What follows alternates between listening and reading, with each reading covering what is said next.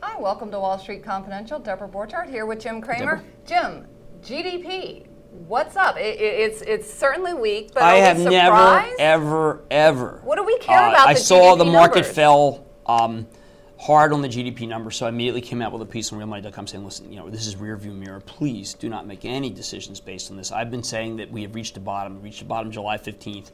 Why? Because we now have all the bad. Because they just went back and said, oh yeah, December.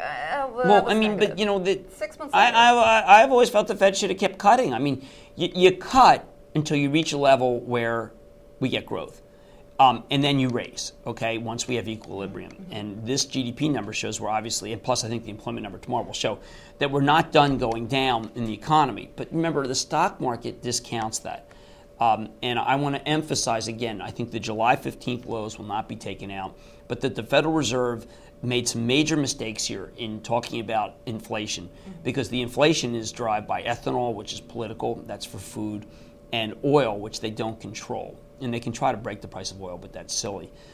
So the GDP number confirms that they were right to cut. There's been this secondary school of thought. I was asked repeatedly about it yesterday because this is the anniversary of when I made my rant, so to speak, of what the Fed need to do. That, this is all part of what I did foresee happening. I'm no genius. All I did was talk to people, but I don't think that. Very passionate. Yeah, I don't think the GDP number matters. It's rear view window. It's why people. Rearview mirror. It's why people very much need to move on and think that the worst is happening.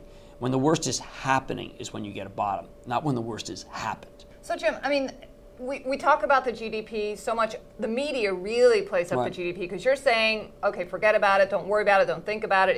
It's old news, but the media is. Yeah, but the media is not stock oriented. Remember, I have a prism, and the prism I look through is whether it's going to make money for you or not. That's my prism. I'm not running for office, and the prism says I have repeatedly recommended stocks that have 50% overseas.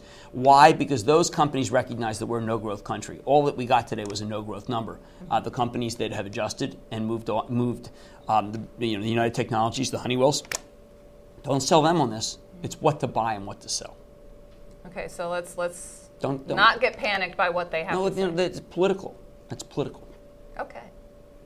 Stay tuned for more at thestreet.com TV.